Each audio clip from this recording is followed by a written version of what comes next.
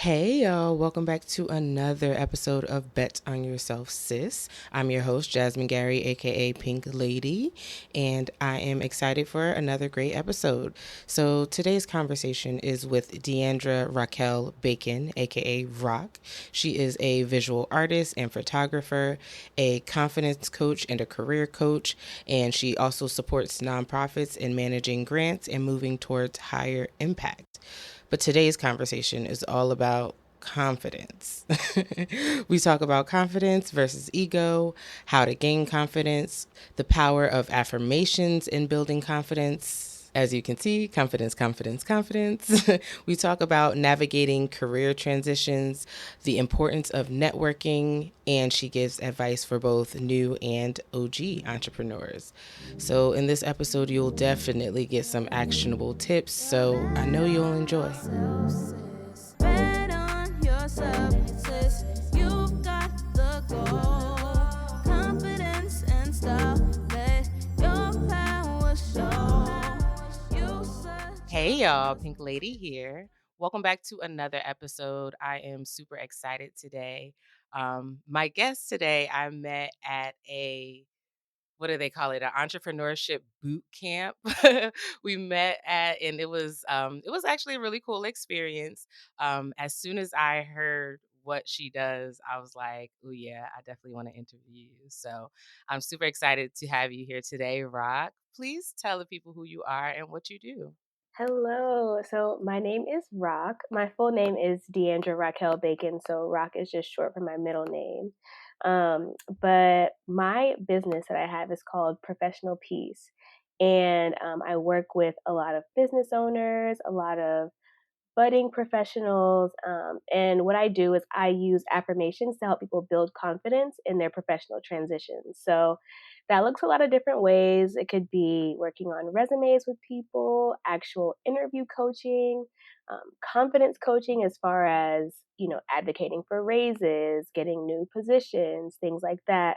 But also helping people who own nonprofits, helping them apply for their tax exempt certifications and things like that, and also getting grants to fund the work that they're doing. So I work with all kinds of professionals, whether you're an individual, a business, and I really hone in on affirmations and helping people have the confidence to move forward and reach those professional goals. And most recently, I've also been diving into photography as a form of confidence building. So I know a lot of people have different insecurities around being on camera, being photographed, and photography is just a passion for me. So I feel like it just goes hand in hand with how I love to help people build confidence and, a less not so much in a professional sense, but more on a social level. So that's what I do.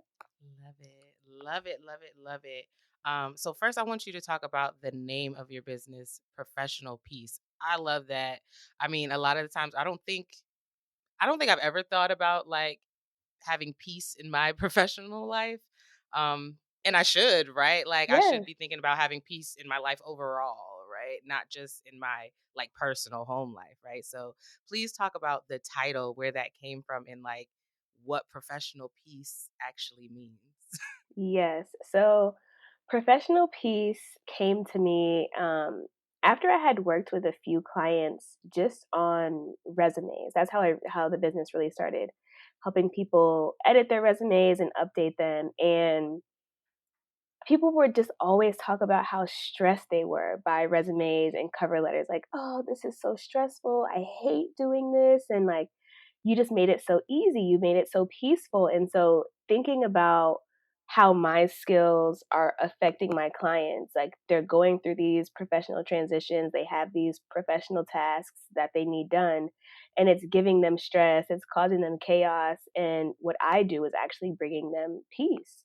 So just putting those two together, thinking about the effect of the work that I do, professional peace came to me, and I love an alliteration, so the PP was just, it was good for me. But yeah, so it's and how you said, you people often don't think about having peace in their professional lives. Like they think work is just supposed to be stressful or it's just going to be stressful, but with the skills that I have and the mindset coaching and also just the frameworks and ways that I can streamline tasks.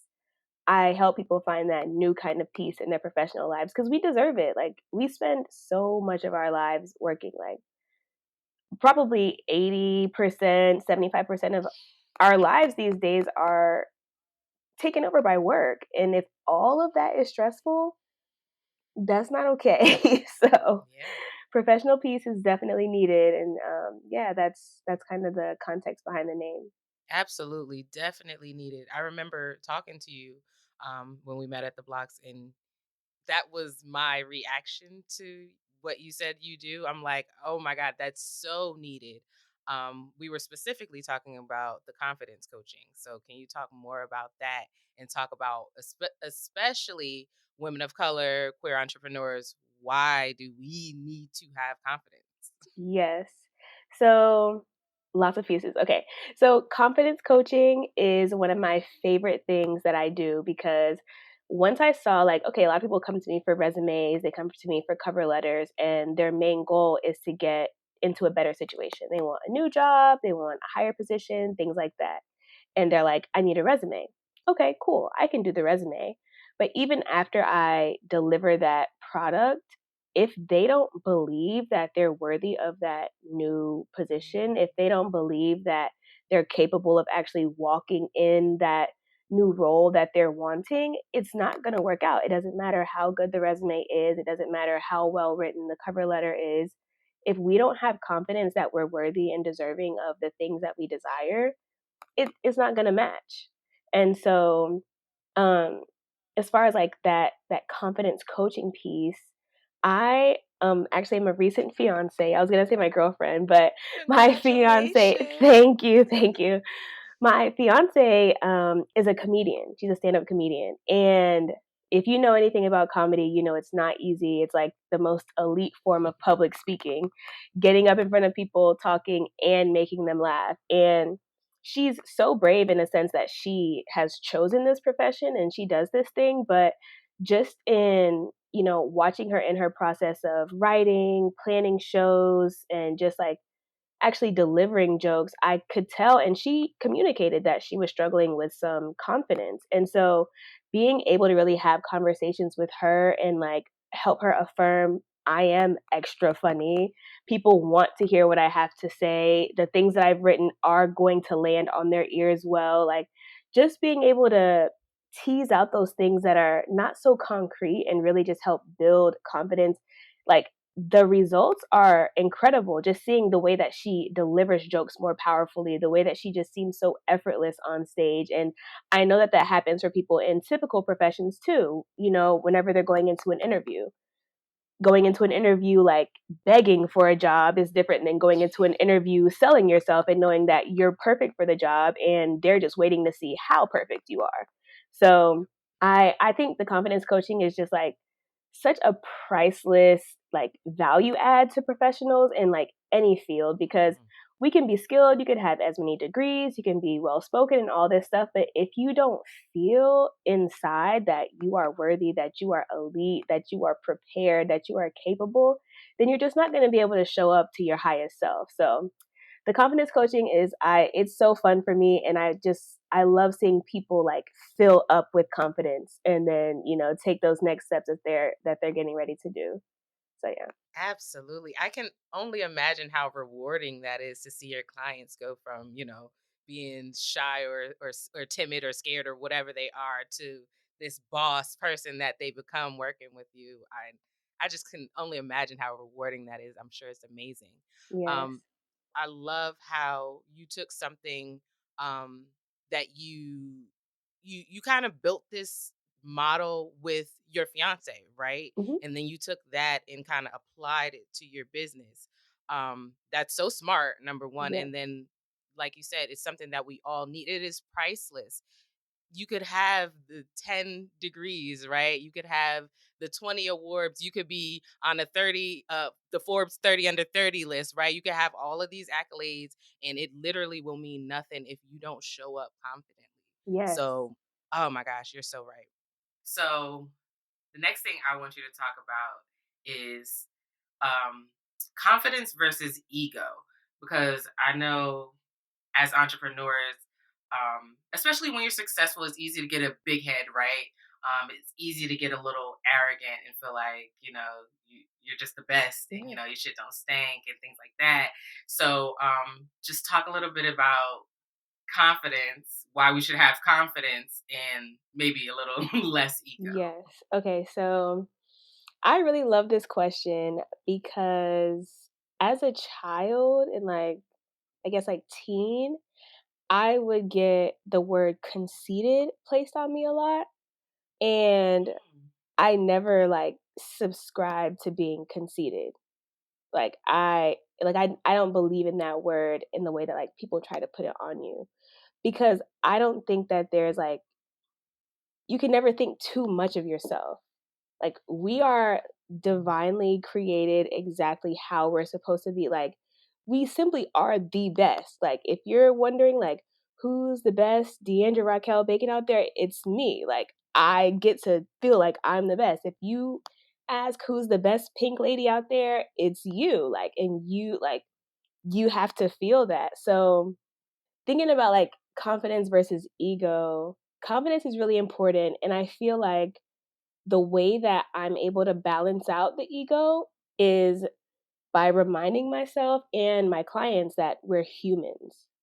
So, like, that mm, humanity piece is really what keeps me balanced because having confidence or like wanting to have confidence can kind of lower your confidence when you feel like you aren't rising to the occasion.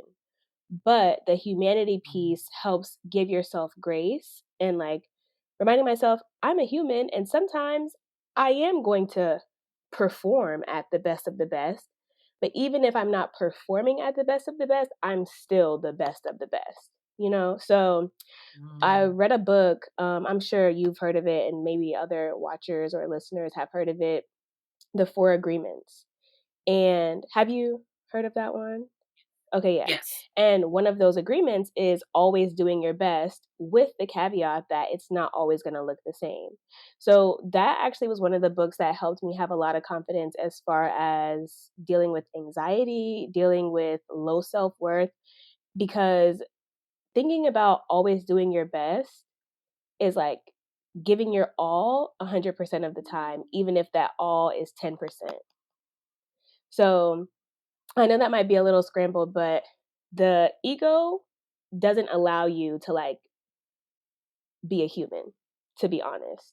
Like Mm, ego turns you into some like unforgiving being that doesn't allow like mistakes, that doesn't allow mm, underperformance, and you can't be confident whenever you don't allow yourself to waver a little bit. Confidence, and I had a recent podcast episode also where I talked about one of the formulas that I use for confidence is going through bad shit and coming out on the other side of it. So you can't have confidence if you've never made a mistake and then recovered. You can't have true confidence if you've never lost a game and won the next one. You can't have confidence if you've never fallen short and then rose to the occasion on the next one. If you've always had W's, that you only have ego.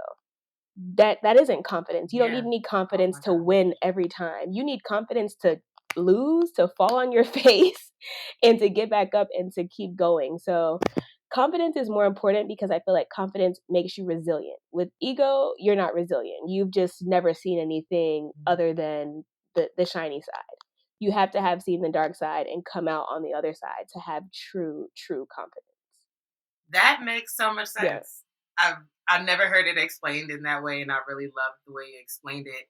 And it just, oh my god, it really clicked to me. Like, right, you that's how you gain confidence, right? Yes. Like when you mess up. Yes, you have to go into the valleys and you have to be in the trenches and understand like, okay, yeah, I was there, but in this new experience, I'm here. And these further experiences, I'll be even higher. And maybe I'll be back in the trenches again. But knowing that I got out of the trenches one time, I have confidence that I can get out of them the next time. Absolutely. And I can get out of it quicker because I have the tools, right? Yes. Like I've created the things in my life that I need to get me through these things quicker. And oh my gosh, yeah, thank you. Yeah. That was like golden. I really love that explanation. Um, I wanted to talk about, well, I want to hear about how you create these affirmations. Are they like personal to each client, or do you have like certain affirmations that you already use, or like how does that work? How do you build these affirmations? So when people talk about walking in their purpose and doing what they're put here to do, I hear people refer to like the part of like that Godfidence, or like where it's really just divine. Like things just come to them. They don't even know how they are able to show up how they show up. It's just natural. And I feel like coming up with affirmations is one of those things for me. Like I just get the downloads. Like whenever clients tell me about their situations or what they're wanting to do or what they're struggling with, I just they really just come to me. But that happens for myself too. And I think the reason that it happens for me and that I can do it for my clients, like how it is so natural, yes, God given, but also my mom has poured into me and my siblings like in the most excellent way, like from like for all of our lives. So I'm the oldest of 7 siblings, mind you. Um, so big sister status. But my mom is a very strong woman of God, and she's also just a really good mom. Like she truly understands the power of affirmations and speaking life into yourself, speaking life into other people, and she's just been a great model of that. So I like for years, for my entire life, I've seen and heard and felt what it looks like, sounds like, feels like to use affirmations. I am the product of affirmations. It's just, yeah, I've had a lot of practice. I guess it's like the simplest answer. Like, how do I come up with the affirmations? I've had a lot of practice. I've had a great model, a great mentor, and they're just in my blood at this point. Yeah, that's beautiful.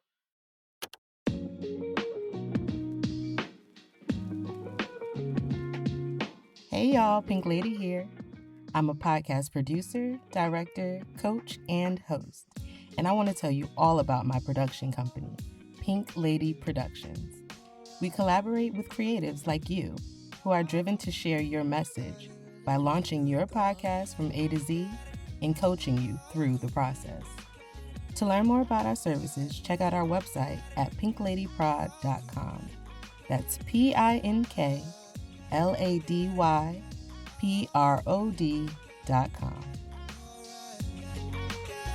If you feel comfortable, I would love to hear about a time or like a challenge that you went through that helped you gain confidence, and maybe some affirmations that you use to gain that confidence.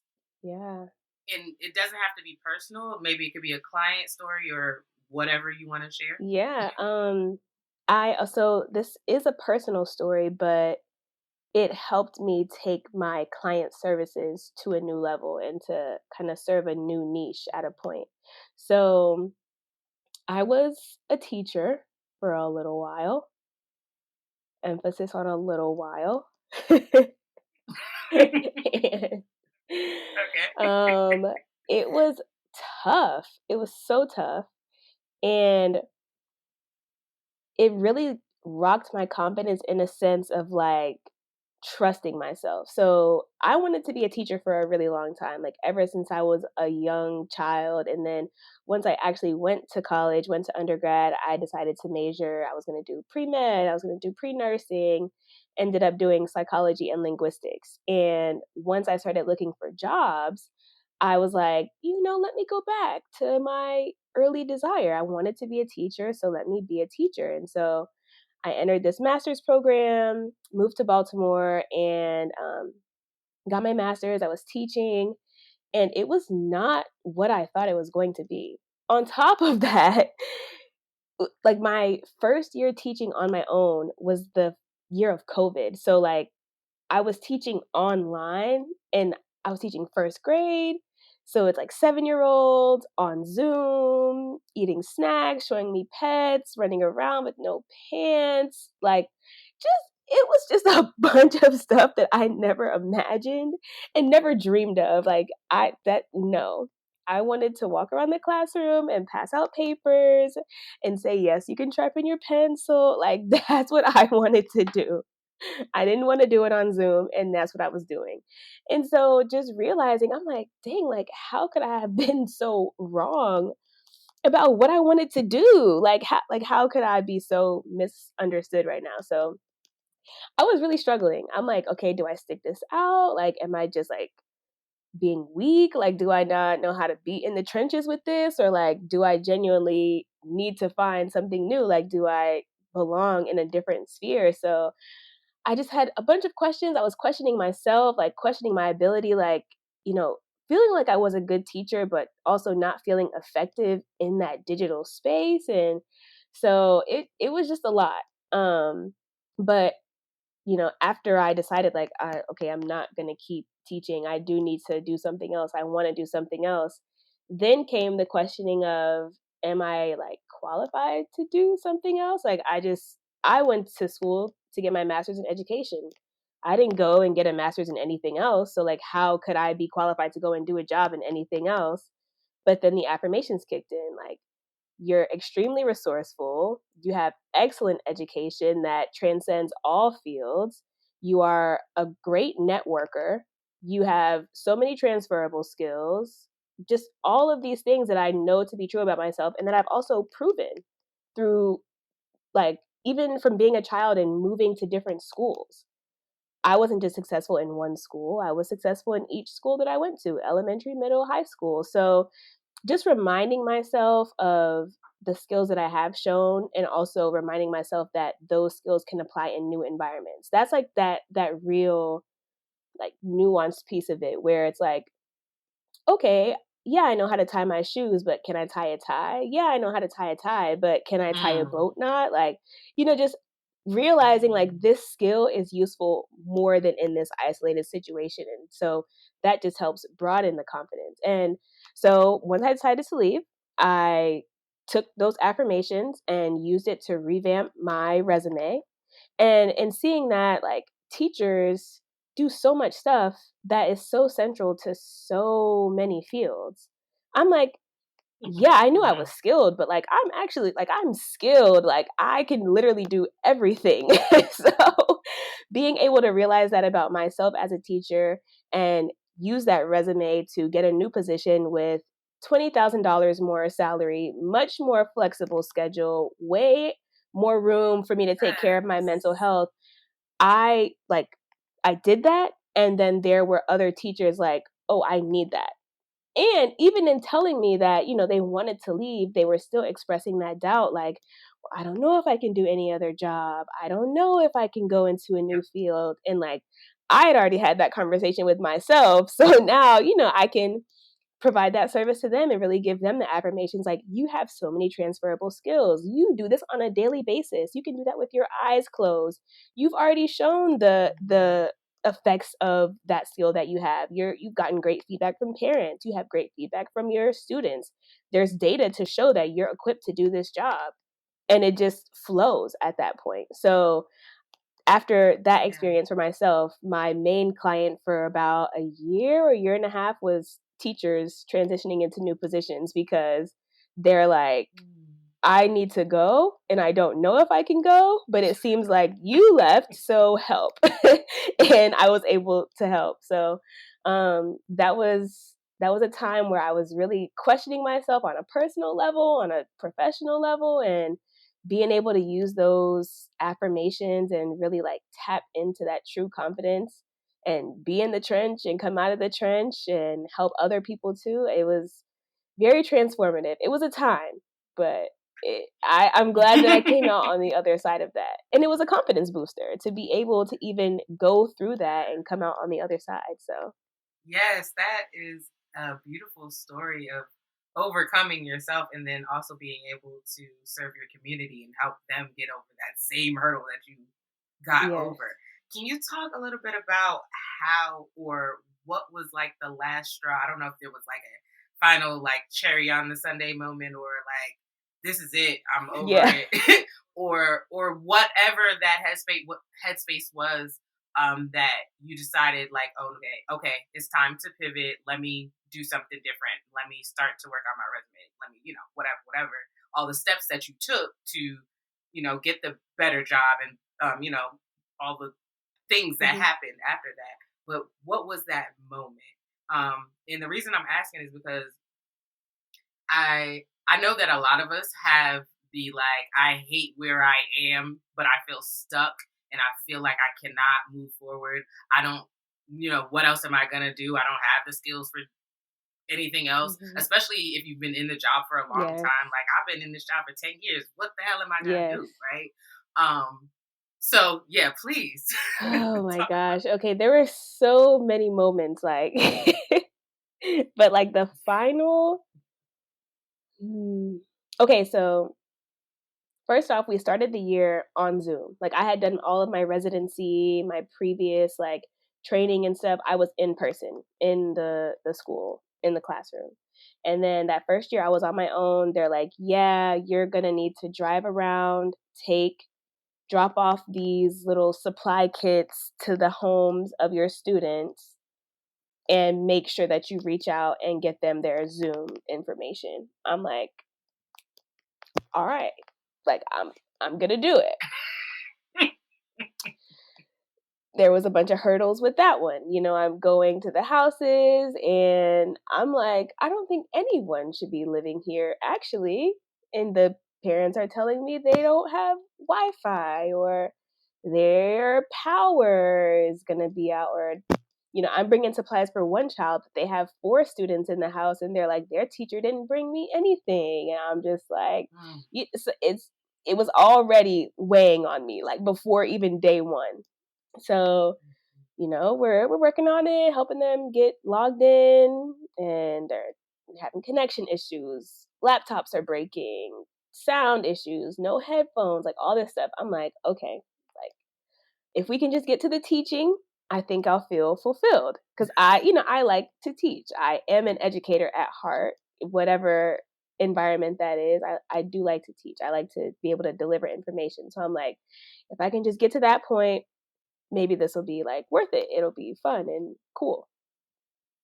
But I wasn't able to do that because they don't know how to unmute, or they are having a bunch of background noise, or they wanted me to repeat something that I repeated 7 times already, but you were in the bathroom playing with your cat, so you didn't hear me, and now you're back. And like, it was just a lot. And then I'm like, okay, this virtual thing is not working, but I never wanted to quit in the middle of the school year. And they had decided that, I think it was like maybe a May time frame, like after spring break, they were going to do hybrid. So some kids were going to come in person and some were going to remain home. So I had about 8 kids in person. I'm like, okay, maybe this will be better. Like, I want to have students in person. So, let me just stick it out and see how that goes. So I had like 8 kids in person, and then like the rest were on the computer. It was still a mess. Like, kids were trying to go to the bathroom in person, which was fine, and I could get them to go to the bathroom. But because it was COVID, I had to like spray the door handle with Lysol every time. And like, I had to remind them to keep their mask on, and I had to put up the shields. The shields are falling off the desk. And at the same time, somebody's at home on the computer asking me how to plug their headphones in and telling me about their doggy doing a trick. And so it was literally just always a mess, like always a mess. And I had decided, like, in my head, I'm like, I'm not going to be able to do another school year of this. Like, it's literally just not going to happen. And one day the principal came in and she said, I wanted to talk to you. So basically, I think on the team there might have been 4 first grade teachers. And she was letting me know that next year their budget was changing and they were only going to have 3 first grade teachers. And she's like, that's not to say that you're getting fired. It's really just a surplus, and we'll help you find another school. And I was just sitting there just listening. I'm like, okay, okay. And she's like, are you okay? Like, how do you feel about that? I said, oh, I was going to quit. Like I was quitting. I was not coming back here. So, and it was a great school too. So I'm like, even if I did want to continue teaching, you weren't going to put me in some other school because those other schools were crazy. Like this was a really good school. So I'm like, that was the straw. I'm like, this was a sign. If I even thought of subjecting myself to another school year, the universe was like, oh, they're not even going to have you here. So I was like, okay, I'll take that. She's like, this is the easiest surplus conversation I've ever had. Like, people are usually like super emotional and like sad because they feel like they're getting fired and all this stuff. And I'm like, I was already out the door, miss. She's like, well, if you need any recommendations or want to do any networking, just let me know. So, yeah, I was like, this was perfect. Like, that was like the final sign that says, like, okay, you can go. Like, you are supposed to be doing something else. And then I ended up, the way that I got my new job, I went to like an end of year staff celebration with one of my friends that worked at another school in the neighborhood. And someone at that dinner was saying that they were hiring at their nonprofit. And literally just off of word of mouth, just that simple networking. I'm like, yeah, I'm looking for a new job. I'm like, oh, well, our team is hiring, like that. Sent him the resume, applied, interview within a week. Effortless. So, and that was me going in with the insight of, I know I'm not supposed to still be teaching. I'm looking for my new opportunity and I know it's coming quick. It's within my reach. I just have to grab it. Right place, right time. And it was there. Yeah, that is amazing. The way it kind of worked out in your favor is just really cool. And then you've talked about the power of, well, you've talked about networking a few times in this conversation. If you could just talk about the power of networking, because clearly all of my clients have been word of mouth. Like I have spoken to a bunch of people like on the internet that have seen me on the internet and things like that. But everyone who has hired me has been a friend of a friend or, knows a client through whoever. So absolutely. I know the power of word of mouth, right? Know the power of networking, of like just knowing the right people, right? And that's not just professionally, that's also like in my personal life, right? Like when things go wrong, just having those resources. You mentioned having resources too.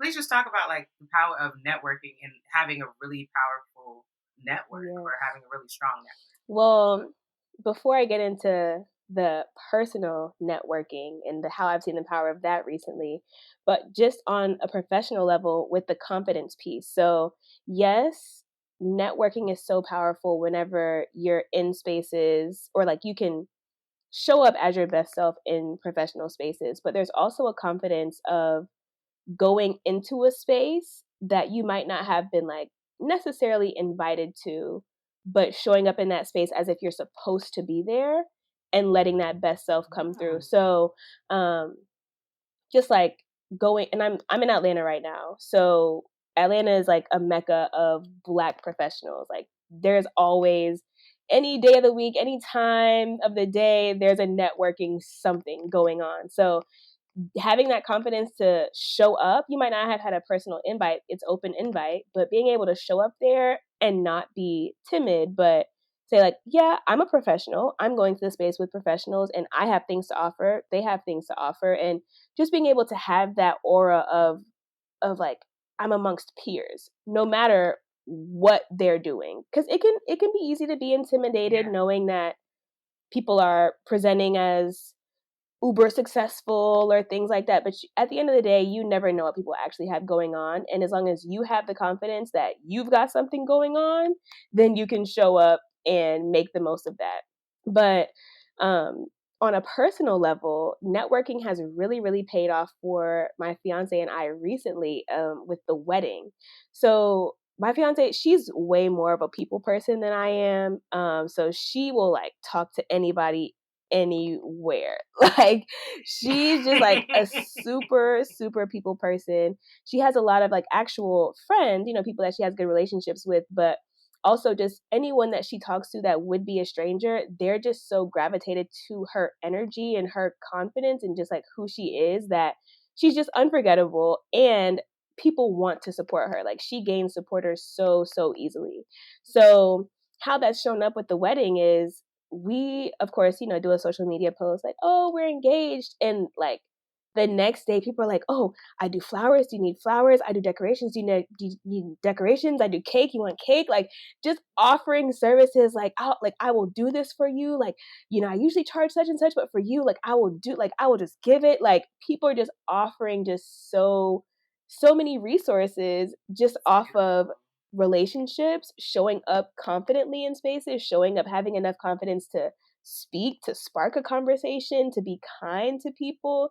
Because also, as I mentioned, Atlanta has a lot of professionals, and it just makes it susceptible to a lot of competition. So it's very easy to go into spaces on like a dog eat dog mentality, or to go in insecure, so you're now on the defense. But it also, like, it takes a confidence to show up in a space not on defense, just like on an open, collaborative, like friendly, with that kind of energy. And clearly it pays off, because people are, it's not offensive, it's not intimidating, it's open, it's friendly. And I feel like confidence, and that's also kind of like that difference between confidence and ego. If you're operating on ego, people take that offensively. Ego is not friendly. Ego is not open. Ego is not collaborative. Confidence is, though. Confidence says, I have things to offer, you have things to offer, and like, we have an open space where we can have that exchange.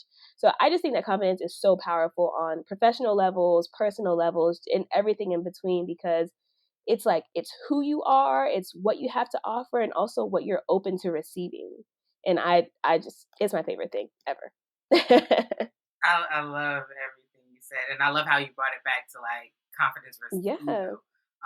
Something I hate arrogance. Like, I hate people who, not, I don't hate, because I don't hate anything, right? But I don't like arrogance, and I really don't like people who are not coachable, who feel like they have nothing to learn. There's always so much to learn. Like, how could you feel like you know enough? Like, I just don't understand it. So. Yeah. And also, why are you reaching out or trying to hire a coach if you are not going to be coachable? Like, please. What do you actually want my services Has for? that happened Like, to you? oh my gosh. Yeah, I remember this one client. And this was a client of mine. I had been working with her for a few months. And there was this one time where I suggested something. I suggested that she add something to her show notes and change the title to something different. Okay. And I always suggest with my clients, right? Like, I'm your producer, but I like to say, like, this is your baby. I am the nanny, the babysitter, whatever. I'm helping you raise it, right? Like, I'm helping you bring your vision to life. So it was a suggestion. And the email I got back was so crazy. She's just like, well, I would think that a person of your caliber would know that da da da da da. And it's just like, whoa, okay, I'm never working with you again. Like, excuse the hell out of me. Like, thank you for showing me who you are.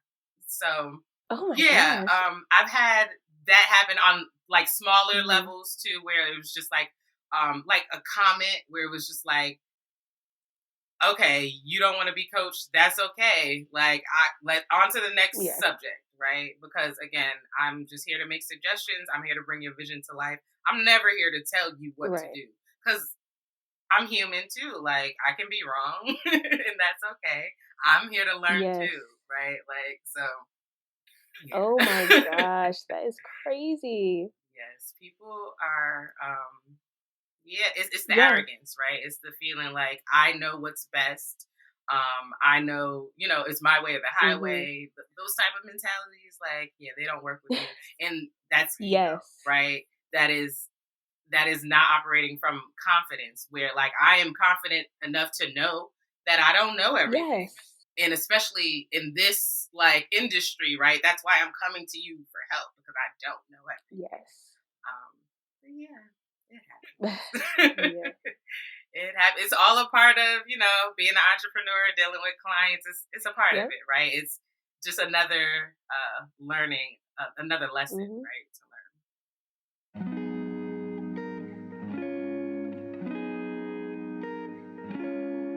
Hey y'all, Pink Lady here. I'm the host of Bet on Yourself, Sis, and I am coming to you humbly to ask you to rate the podcast on Spotify and review it on Apple Podcasts or wherever you listen. You know the algorithms, they love attention, right? They love ratings and reviews. So the more a podcast has, the more it will be suggested by the apps. So help me and Bet on Yourself, Sis, reach more Black women entrepreneurs by rating and reviewing it today.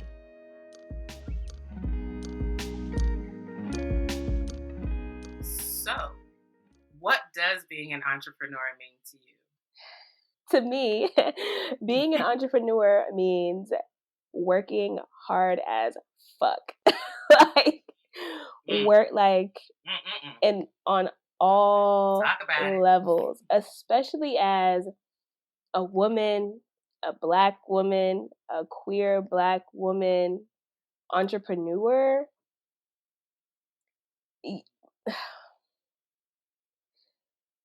Personally, I run into like competitive mindsets. I run into people thinking that they know who I am just based off of how I present. And the hardest thing for me is being able or not being afraid to shatter people's expectations. As a kid, growing up, I definitely was a people pleaser. And, just being able to notice what kind of behaviors make adults happy and just like doing those behaviors, it was just something I fell into really easily, just not wanting to be a problem, not wanting to cause any chaos on top of other chaos. But as an entrepreneur, like this is my house. It's me. I don't have to follow anybody else's rules, and I have to affirm, like I'm saying this so that this is my daily affirmation. I don't have to follow anybody's rules. I decide what goes on here. I decide how I show up here. This is my business, and this is me as a business owner. So just like even how we might be tempted to censor ourselves. Like, yeah, we're adults, we can use curse words. I can say everyone that I want to when I want to.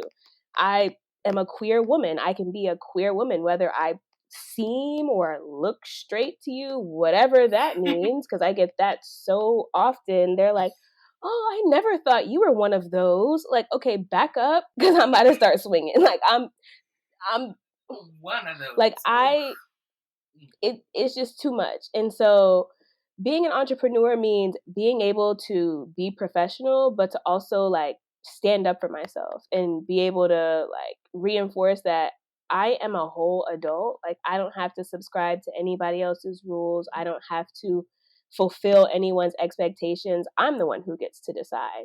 And it can be really hard as an entrepreneur whenever you are trying to do what other people are expecting of you, because they are not operating with your business in mind. They're not operating with your success in mind. They're operating with their fears. They're operating with their insecurities. They're operating with their failures in mind, and they're trying to put that on you. So if you subscribe to that stuff that other people are putting onto you, there's no way that you're going to reach your level of success and your goals, because you're operating from someone else's mindset.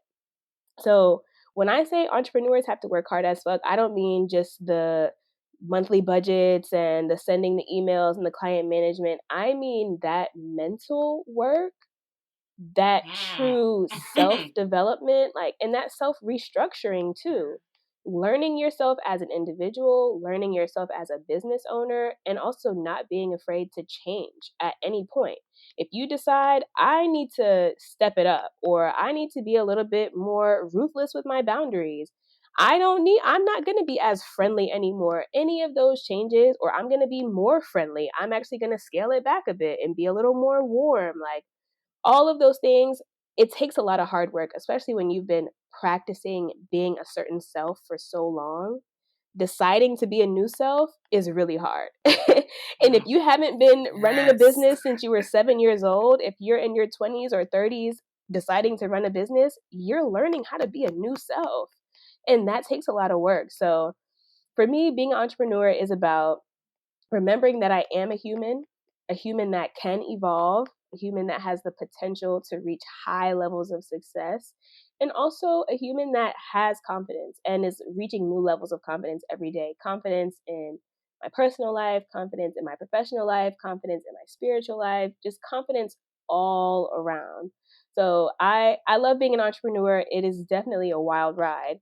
And for anybody who is in their entrepreneurship journey right now, I say strap in with 3 seatbelts because because you're going to need it, and just get ready for the work. I feel like it's going to be never ending work, because there's goals that I have right now that I have to become a new self to reach. And once I reach those goals, of course, I'll bask in it for a little bit. But upon setting those new goals, I'm probably going to have to do more work to become a new self to reach those new goals. So if you want to keep evolving as an entrepreneur, you're going to keep doing a lot of work.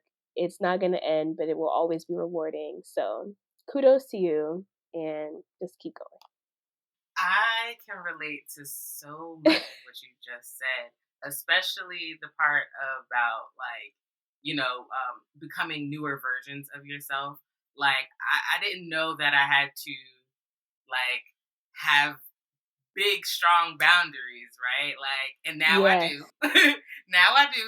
I didn't know I had to have them, but I had to learn. I had to have a client really try, really try my boundaries in order to realize, oh no, I need to enforce these in the front, like in the Yes. beginning. Like as soon as we meet, like you need to know these are my boundaries. I'm not about to be answering the phone at 8 o'clock at night. Like, don't call No, me. ma'am. There are other people that do that. Not over here. So absolutely, like becoming these newer versions of myself, like that is so true. I'm thinking literally about where we met, Mm-hmm. the entrepreneurship boot camp. Every morning I woke up and I'm thinking about like how I'm gonna show Mm-hmm. up in these spaces today, right? I remember twice while I was there, because, and people who listen know, I work with queer entrepreneurs and women of color, and that's who I work with. That's who I want to work with.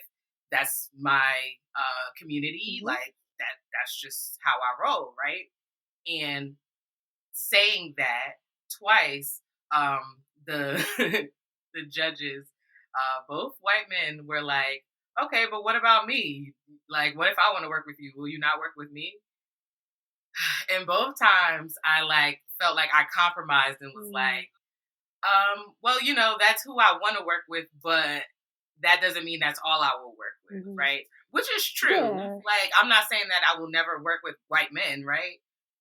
But I felt like both times I compromised and I was upset with myself Yeah. afterwards, right?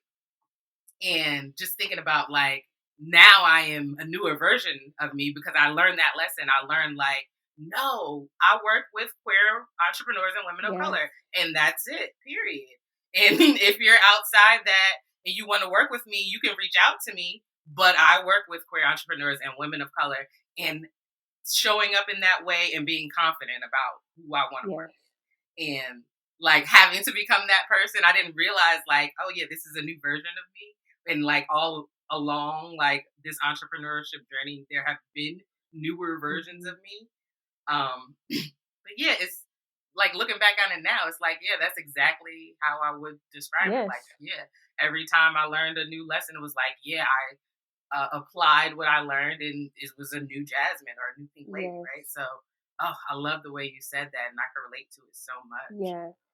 I've been struggling with niching, and I feel like even we had a brief conversation about this on the show, and you said what you said, I primarily work with Black women, queer entrepreneurs. Like that is my thing. And I've been trying to figure out a niche as well. I was trying to figure it out then, but hearing you share the story about how the judges kind of challenged, oh, you wouldn't work with me. It's like, well, you don't go into Publix and get mad that they don't sell like soundboards. That's a Best Buy thing. Like you're not gonna bully Publix into selling soundboards. They don't do that, So that was just a little download that I got. I'm gonna be taking that in a little more, but it's how are you gonna tell me that I should work with you? you don't tell McDonald's that they have to sell a Chick-fil-A sandwich. Like, they don't do that. Like, they just, if you want Chick-fil-A, go to Chick-fil-A. Like, so yeah, I'll definitely be marinating on that a little bit. Yes, and thank you for saying that too, because I really like analogies and metaphors. They really help me like understand things. And you're really good. You've been like spot on with your analogies this whole conversation. So I just want to shout you out and say thank you for that, because it helps. Yes, it helps. I run on analogies for sure. Okay, so this will be the last question. I just want to know, what is your advice for queer women of color entrepreneurs? If you could maybe differentiate some advice for those beginners who are just starting off and who are like maybe just realizing like, oh my God, this is hella fucking work. Like, it's a lot of work. So maybe some words of encouragement, some affirmations, and then also those of us who have like been doing it for a while, but we know it's a lot of work, but like also, what advice do you have for us? Sure. So for the early entrepreneurs, I will say sow the seeds. I recently heard a post. I think it was a reel. I don't know if I read it or watched it at this point, but it was talking about doing something 100 times before you give up. So if you're just starting out with something and say you're doing podcasts, you do an episode, you do 2, 3, 4, 5, and you feel like at that 5th episode, you haven't gotten as much traction as you want, it's not going to happen at 5 episodes. Do 100 episodes and see how you feel. And I know it's tough whenever you're first starting out, because it's like you're putting so much work and effort into it, so you want to see something right away. But when you're planting flowers or veggies or whatever, those things grow seasonally over a season. You know, you don't see that flower next Tuesday. So I will say, for the new entrepreneurs, you're realizing you're putting in a lot of work. Yes, you are. And affirm that you can do hard things. You have the stamina to last a lifetime. You can build a business no matter how long it takes. You are able to put that work in. Like, affirm that you're capable, because the second you start telling yourself, I'm too tired for this, I don't have time for this, I'm not going to be able to do this. Once you start saying that stuff, it's going to become true. And you're going to be putting that same effort and energy into something else for someone else.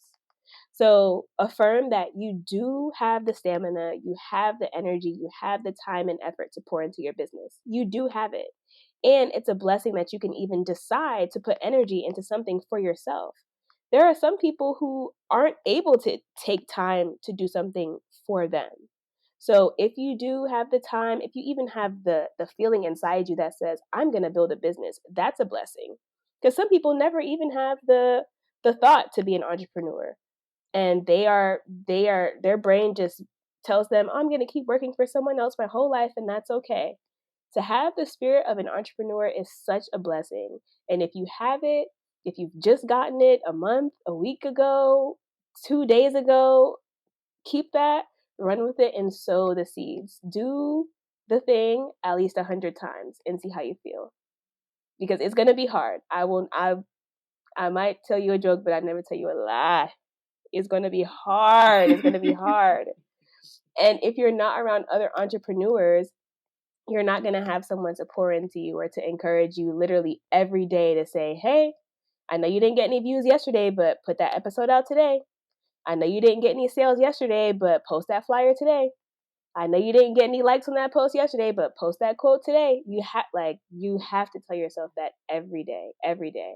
And if there's no one around you that's going to do it, you have to be able to be strong enough to tell yourself, because that's the only way you're going to be able to keep going. So sow the seeds and affirm yourself. For those new entrepreneurs, literally keep going. It sounds so simple, but seriously, keep going. Now, for the more established ones who's been doing lots of work,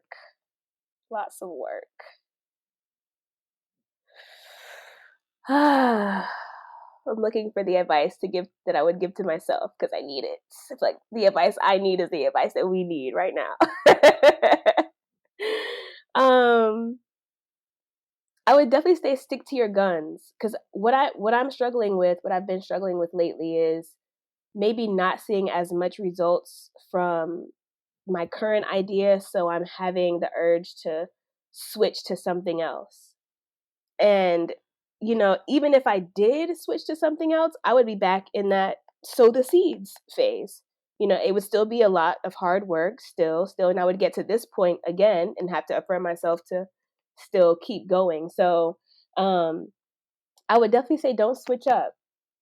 That's what I need right now. Don't switch up because what I'm doing, it has made an impact. And just because it doesn't feel like a big splash, it, we big splashes start with a ripple. Look, I'm making a ripple right now.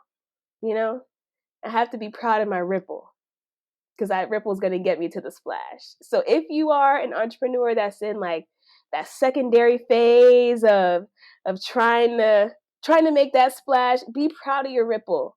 Okay, keep rippling.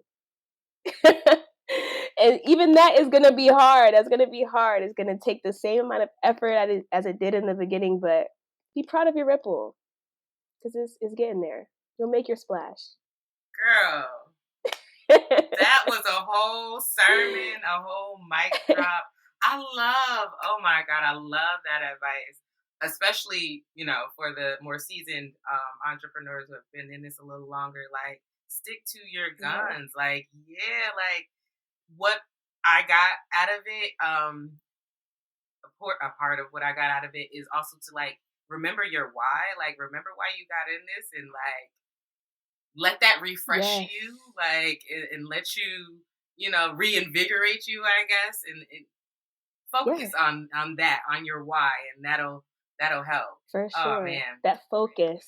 great And advice. I don't know if they mentioned it at the blocks, the entrepreneurship competition show, but I heard an analogy for focus. Follow one course until successful. Follow one course until successful. Mm. So I like focus that. for sure. Oh, I like that. Yeah, that's good. Mm-hmm. Oh my gosh, you have been really amazing on this episode. Is there anything else that maybe we didn't get to, or like we got to a little bit, but you wanted to dive deeper on? I just want to make sure we hit everything you wanted to talk about. Yeah, I think so. I really, really enjoyed that question about, comparing ego to confidence because there's levels to it. So I really appreciate being able to unpack that humanistic quality about being confident rather than just completely operating on ego. I really enjoyed that. I've had a great time here, and I'm sure that your listeners are gonna really enjoy this episode. I'm sure they love it here already, so I'm sure they'll enjoy this as well. And to you, keep going. You do such great work, on your own and for your clients. And so you're keep rippling. Thank you. Oh my God. Yeah, I'm definitely gonna use it. I'm a still add from you for sure. I'm going to use that because it's golden. Like, especially in this day, right? 2025. Everything's so instant, right? Like, we order something, we get it the next day, right? We think that things happen overnight, even though most things don't happen overnight, right? It seems like like, oh, this person just popped up overnight, or like this show just came out overnight. But we know, especially, right, entrepreneurs know that shit don't happen overnight. That person has been working, they've been putting in the work for years, and now they can finally see the fruits of their labor, which is amazing, right? But to you on the outside, it seems like it just happened overnight, and don't work like that. It does not. So yeah, I love that. Yeah. Love that. Enjoy your ripple. Focus on your ripple, because that's gonna make the big splash. Like, love it.